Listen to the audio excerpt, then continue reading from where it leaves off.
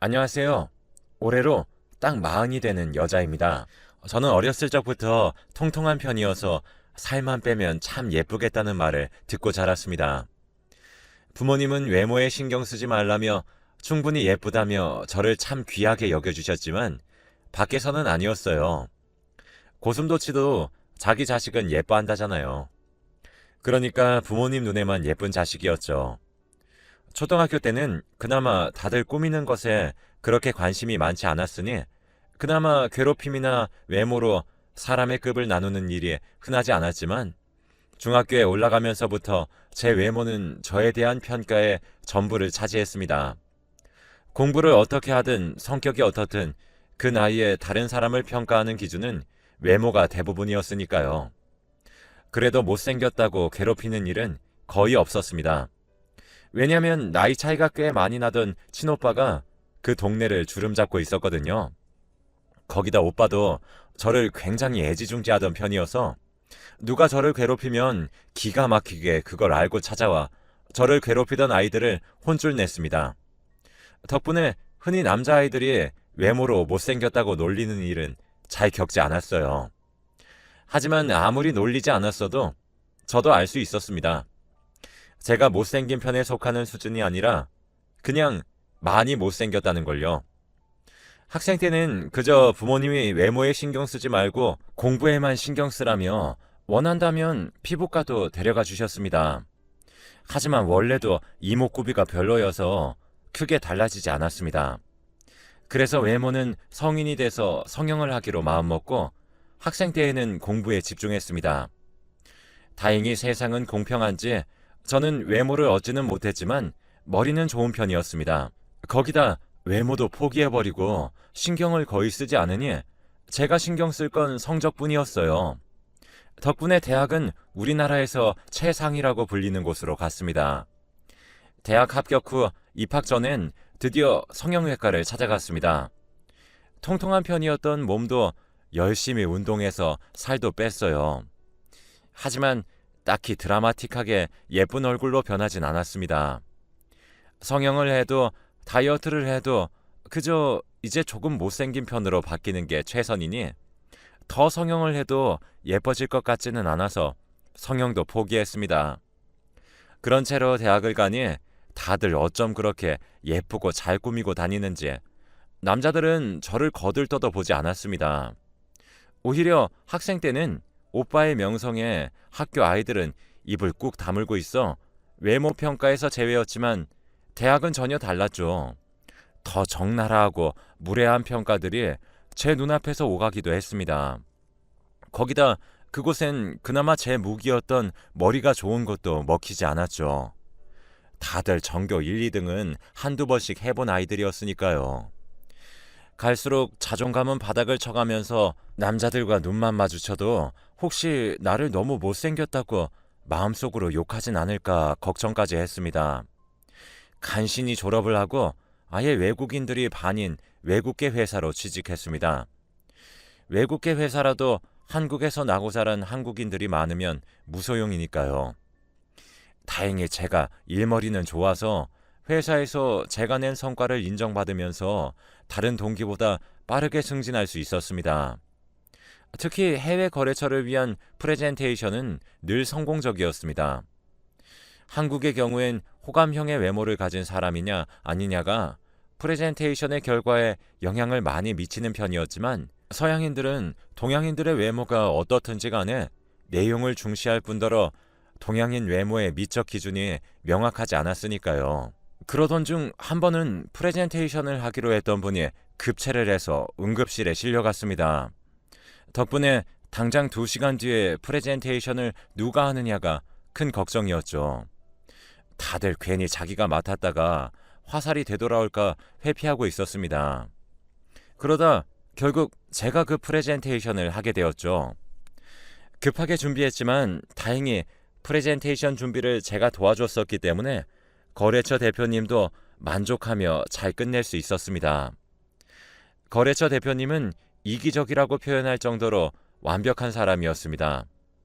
준수한 외모에 잘 나가는 스타트업 사장에 키도 크고 성격마저 좋아 보였죠. 다들 거래처 대표님을 보고선 자기가 대신 들어갔어야 했다면서 후회하는 말들을 쏟아냈습니다. 사실은 들어갈 생각도 없었으면서 말이죠. 다행히 거래가 성사되었고 제 담당이 되었습니다.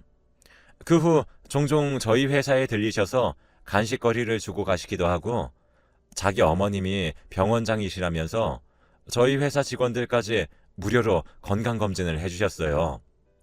참 다정하고 세심하신 분이라고 생각은 했지만 너무 완벽하다 보니 오히려 이성으로 보는 게 어려웠습니다. 저렇게 완벽한 사람이 저랑 이어질 리가 없으니까요. 하지만 한 번은 저희 회식에 오셨는데 회사 직원들은 대표님께 말이라도 붙여보려고 갖은 노력을 했지만 대표님은 웃으면서 받아주시는 척만 하시고 대화들을 끊어냈습니다.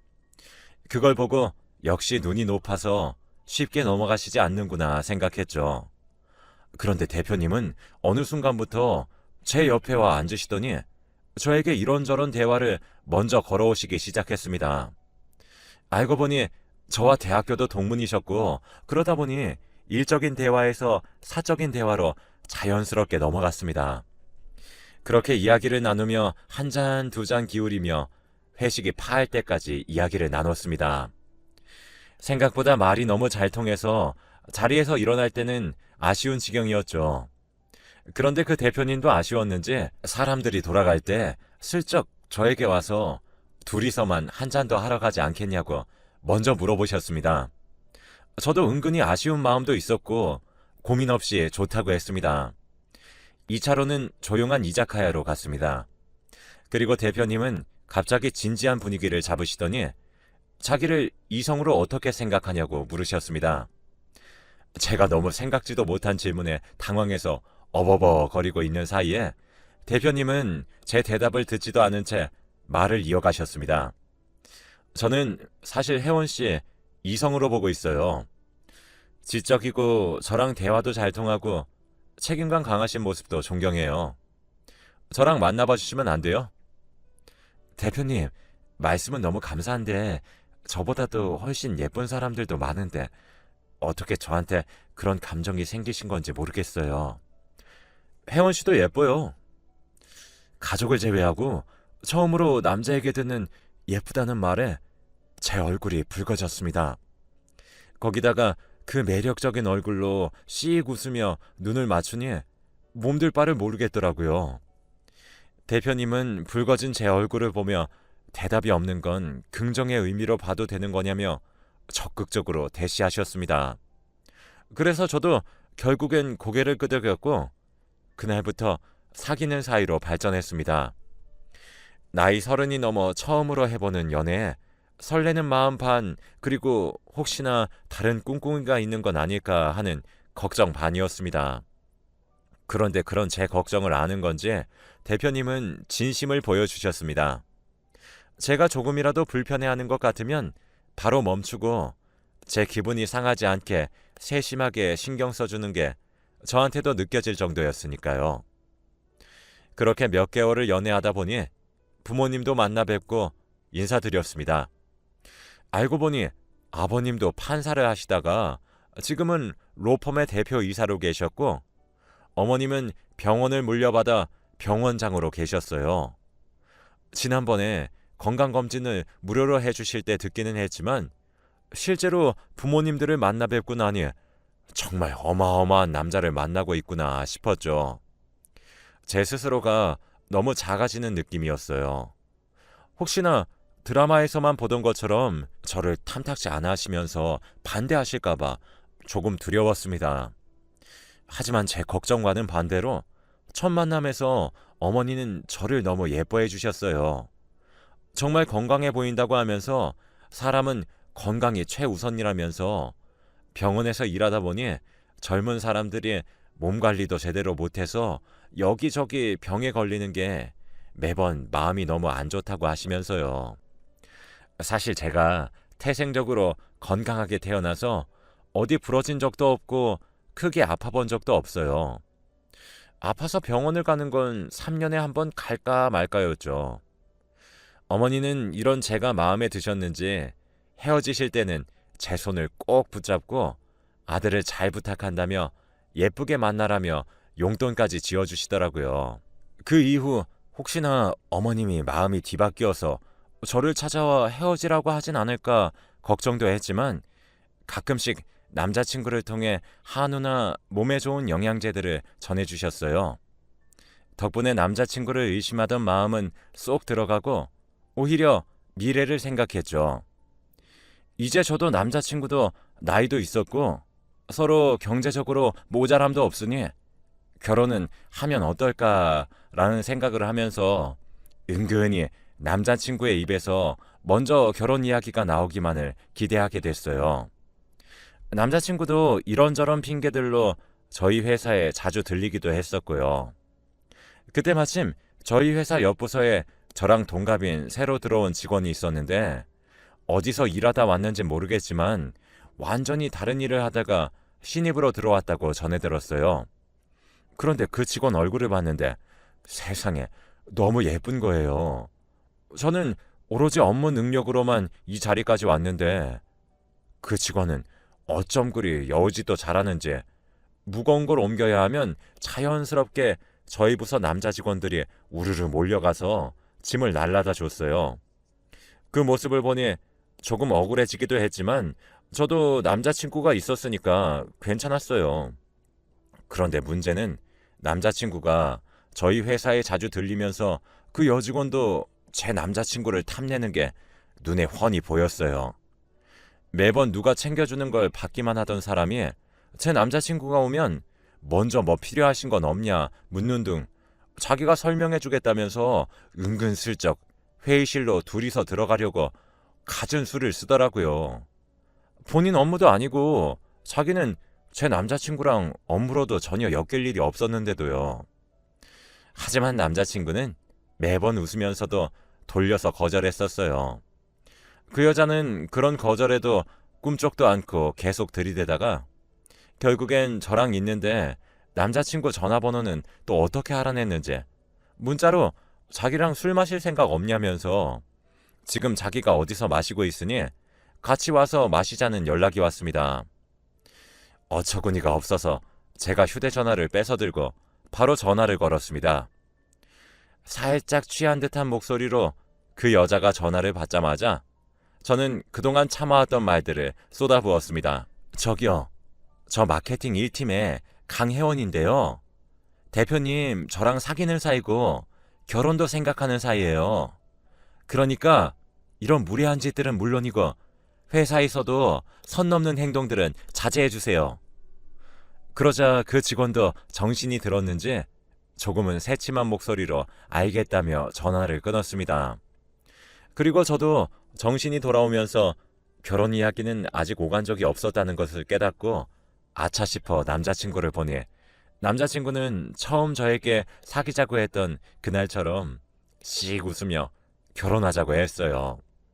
사실 그동안 결혼하자고 말하고 싶었는데 너무 섣부르게 말해서 제가 부담 가질까봐 말을 못하고 있었다면서요. 그리고 다음날 아주 회사가 뒤집어졌습니다. 아침부터 제 자리로 찾아온 무례한 그 여자 직원은 다짜고짜 미안하다며 대표님과 사귀고 있는 사이인 줄 알았으면 안 그랬을 거라고 했습니다. 저희 팀은 물론 옆팀, 그 옆팀까지 다 들을 수 있을 정도로 아주 크게요. 그런데 왜 말씀을 안 하셨어요?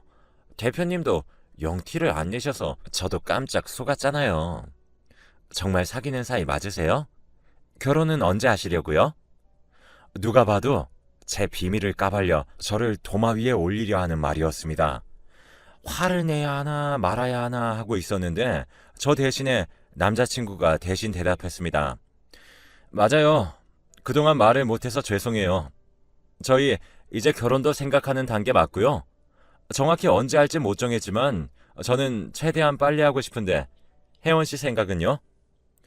남자친구는 무슨 일인지 양손 가득 간식거리를 사들고 저희 사무실에 나타났습니다. 남자친구의 등장에 저를 살살 긁어내려던 직원은 당황했는지 눈만 살살 굴리다가 자기 자리로 돌아갔습니다. 그 모습을 보니 통쾌해서 그동안 답답했던 것들이 한 번에 씻겨 내려가는 것 같았습니다. 결국엔 회사 직원들이 다 알게 되고 미남과 추녀라며 떠들어댔습니다. 하지만 저는 상관없었습니다. 평생을 연애도 못 해보고 살 줄 알았는데 남들이 말하는 소위 미남과 만났고 이제 결혼까지 생각했으니까요. 그런데 어느 날 남자친구가 말할 게 있다면서 사실은 최근에 일이 너무 바빠서 몸이 조금 안 좋아졌다면서 빈혈 때문에 가끔씩 쓰러지기도 한다고 했습니다. 거기다 스트레스 때문에 2년 전부터는 머리도 빠지기 시작했다면서 갑자기 두피 부분을 만지더니 가발을 쓱 하고 벗는 겁니다. 조금 놀라긴 했지만 그래도 스트레스성이면 다시 잘할 테니 괜찮다고 남자친구를 달래주었습니다. 남자친구는 오히려 이런 자신을 알고도 받아줘서 고맙다고 했어요. 그리고 그 비밀을 알고 난 뒤부터 본격적으로 결혼을 준비하기 시작했습니다. 순식간에 결혼식을 올린 저희는 남편의 몸을 생각해서 신혼여행은 먼 외국으로 가는 것보다 그냥 좋은 호텔에서 쉬는 걸로 결정했습니다. 남편은 제가 양보한 것에 미안함을 느끼며 몸 상태가 좋아지면 꼭 신혼여행을 가자고 약속을 해주었습니다. 사실 전 이러나 저러나 상관은 없었지만요. 결혼식이 끝나고 호텔에서 와인도 한 잔 기울이며 불과 몇 년 전에 저는 상상도 못했던 결혼을 이렇게 멋진 남자와 한 스스로에 대해 감탄하고 있었습니다. 분위기도 좋고 신혼의 첫날 밤을 그대로 보내기 싫었지만 새벽부터 준비해서 하루 종일 잔뜩 긴장한 채 결혼식을 올리다 보니 피로가 쏟아져 내려서 결국엔 와인 한 잔에 잠이 들었습니다. 자다가 눈을 뜨니 저는 침대로 옮겨져 있었어요. 그런데 이상하게 고작 와인 한 잔을 마신 것뿐인데 정신이 너무 몽롱하고 속도 울렁거려서 화장실에 가서 속이라도 개어내려는데 몸을 일으켜 세우기 위해 팔로 침대를 짚었는데 팔에 뭔가가 붙어 있었습니다. 이게 무슨 일인가 싶어서 제가 헛것을 보고 있는 건가 생각하던 중 밖에서 남편이 누군가와 대화하는 소리가 들렸습니다. 그럼 이제 수술 준비 다 된 거지? 일주일 동안 저 여자네 집에서 안 찾겠지? 그 말을 듣자마자 몽롱하던 정신이 번쩍 들면서 큰일이 났다 싶었습니다. 급하게 옷 안주머니에 넣어두었던 휴대전화를 꺼내들어 녹음을 하기 시작했습니다. 그럼 일단 오늘만 여기에 있고 내일은 우리 별장으로 가자. 그래도 골수가 맞는 사람으로 찾아서 다행이야. 혈액암, 그거 무서운 병이야. 그러니까 요즘에 두통도 심해져서 일도 제대로 못하고 있어. 그 와중에 얼굴을 보기만 해도 절로 두통이 오는 저런 여자랑 결혼식까지 올렸으니 자꾸 먹은 것들이 올라오려고 해. 진짜로 자기 좋아하는 줄 알고 나한테 자꾸 들이대는데 이러다 역겨워서 먼저 죽게 생겼어. 그래도 저번에 건강검진 핑계로 다 검사해봤으니까 이제 수술만 받으면 이 지긋지긋한 짓도 끝이야. 사람 좋은 척 무료 건강검진 해주면서 언제까지 이래야 하나 싶었는데 그래도 생각보다 빨리 찾아서 다행이야. 어쩐지 거래처 회사까지 무료로 건강검진도 해준다고 하질 않나.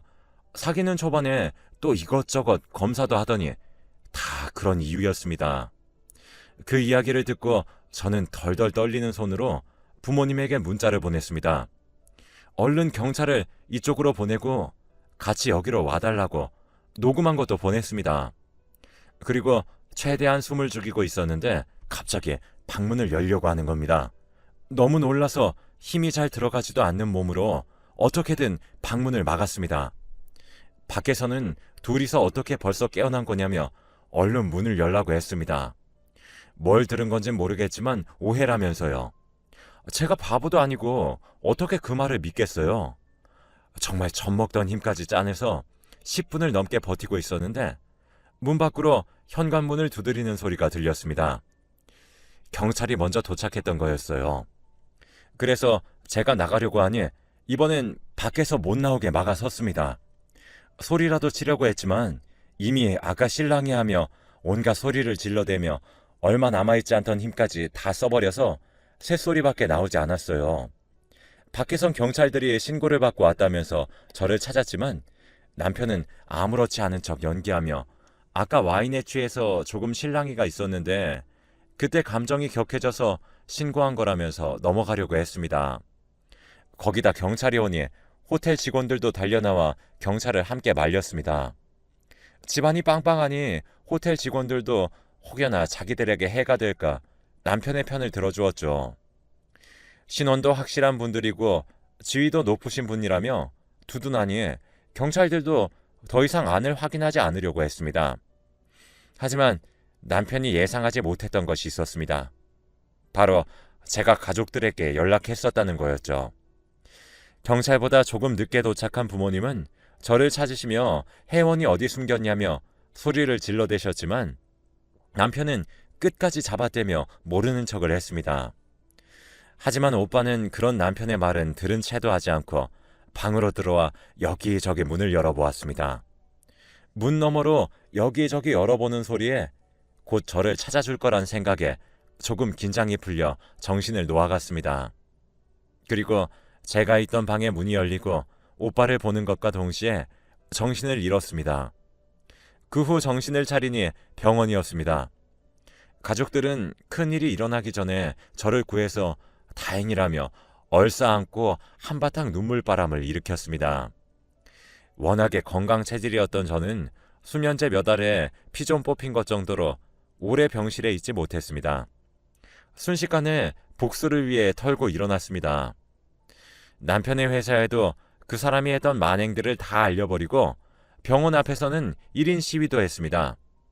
자기 아들 살리겠다고 다른 집 귀한 딸을 죽이는 병원장에 있는 병원이라고 적어서요. 동시에 병원장과 남편도 기소되었습니다. 하지만 판사 출신 아버지 덕분인지 고작 집행유예 2년을 받은 채로 끝나더라고요. 심지어 최소 몇 년을 걸릴 거라 생각했었는데 누군가의 입김이 작용한 건지 재판도 순식간에 이루어지더라고요. 소문이 나는 게 두려워서 덮으려는 것 같았어요. 오히려 제가 회사에 소문이 나서 모두가 저를 짠하게 쳐다보는 시선을 못 이겨 결국 퇴사하게 되었습니다. 이렇게 된 김에 어떻게든 다시 죗값을 받게 하고 싶었지만 오히려 검사가 다시 해봤자 이득은 없을 거라며 포기하라고 하더라고요. 거기에다 저를 명예훼손으로 고소하겠다고 오히려 자기들이 들고 일어섰습니다. 저도 질 수 없어서 각종 언론사 기자들을 만나며 인터뷰하고 이 일을 알리려 했습니다. 이 방법은 먹혔던 건지 업계에서 소문이 나서 거래처도 줄어들고 사업 투자도 제대로 못 받고 있다고 하더라고요. 물론 병원도 윤리의식이 바닥인 병원장이 있는 곳이라 소문이 나서 결국 병원장에서도 사임당했다고 합니다. 그 사람들이 저지른 일보다는 못하지만 그래도 이 정도 타격을 준 것만으로도 복수에 성공했다고 생각해요. 부모님은 이제 더 신경 쓰지 말고 제 인생을 살라고 하시면서 제가 복수에 눈멀지 않기를 바라시는 눈치였기에 이쯤에서 그만두기로 했습니다. 물론 진심 어린 사과를 받은 것도 아니었지만 사과를 한 것도 아니니 용서를 하지 않아도 된다는 점은 나쁘지 않네요. 종종 그때 탈출하지 않았다면 지금 어떻게 됐을까를 생각하면 절로 눈이 질끈 감길 정도로 끔찍합니다. 그래서 지금이 더 소중하게 느껴지네요. 이제는 제 외모마저도 사랑할 수 있게 됐습니다. 얼마 전 다시 회사에 취직했는데 이번엔 일부러 외국계 회사를 고르지도 않았어요.